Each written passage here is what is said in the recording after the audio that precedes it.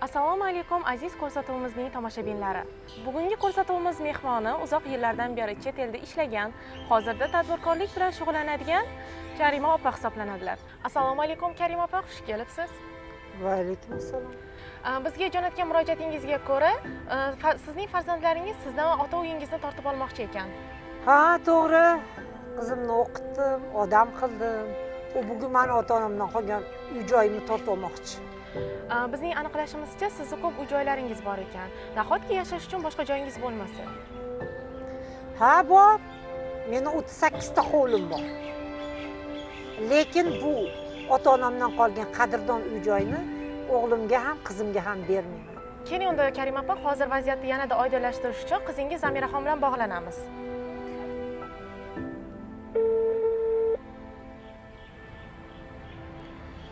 Alo, assalomu alaykum Zamiraxon.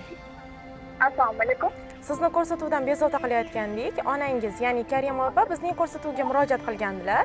Ushbu murojaatga ko'ra, ya'ni siz va akangiz ularni ota-ona uylarini tortib olmoqchi ekansiz. Shu gap to'g'rimi? Bu gap noto'g'ri. Chunki u uyni bizga buvim bilan buvam tashlab ketganlar. Biz yoshligimizda onamiz bilan Rossiyaga tashlab ketib yuborganlar. Qaytib kelganlaridan keyin meni bolalar uyiga berib yuborganlar. Hattoki buvim va buvamga ham qarab o'tirmaganlar. Meni onamdan faqat bittagina qarzim bor. Bu ham bizni universitetimga kontraktimni to'lab berganlar. Buni ham albatta vaqti bilan qaytaraman. Ha, tushunarli. Javobingiz uchun rahmat kattakon. Rahmat sizlarga. Karima opa, mana Zamiraxon bilan ham gaplashib oldik. Shuncha ko'p uy-joylaringiz bor ekan. Nahotki shu ota uyingizni farzandlaringizga qoldira olmasangiz, axir yoshingiz ham katta ekan-ku. Nima? Hali yoshimni yuzimga solib, yoshingni yashab, oshingni oshab bo'lding demoqchimisiz? Kechirasiz, men hali yuzga kiraman. Tushundingizmi? Hamma narsa meniki, hech kimga hech narsa bermayman. Tushundingizmi? O'rgildim. Bore. Rostdan ham hayot mazmuni juda ham murakkab narsa. Birov hayot mazmunini boylik to'plash desa, yana kimdir buni odamlarning mehrini qozonish deb hisoblaydi. Karima opaning ham hayoti juda katta qiyinchiliklar bilan o'tdi. U hayotida juda ko'p moddiy, ma'naviy qiyinchiliklarni ko'rdi. Bugungi o'zining bolalariga nisbatan uning mehrsizligi balki o'shaning oqibatidir. Biroq bu yerda shunday bir narsa borki, farzandlar ham onani tushunishlari kerak.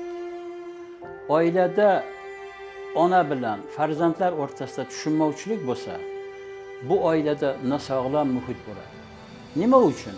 Chunki ona hayotda qiyinchiliklar ko'rgandir. Uni tushunish kerak. Uni o'rniga o'zimizni qo'yib ko'rishimiz kerak. Ertaga biz ham ona bo'lamiz. Shundagina biz onani, otani tushunamiz. Mana shu oiladagi nosog'lom muhitga balkim farzandlarning tushunmasligi sabab bo'lgandir. Bunday vaziyatda nima qilish kerak? Buyuk rus faylasufi aytgan ekan. İnsanlar bir-birlarini tushunsalar, bu buyuk baxtdir.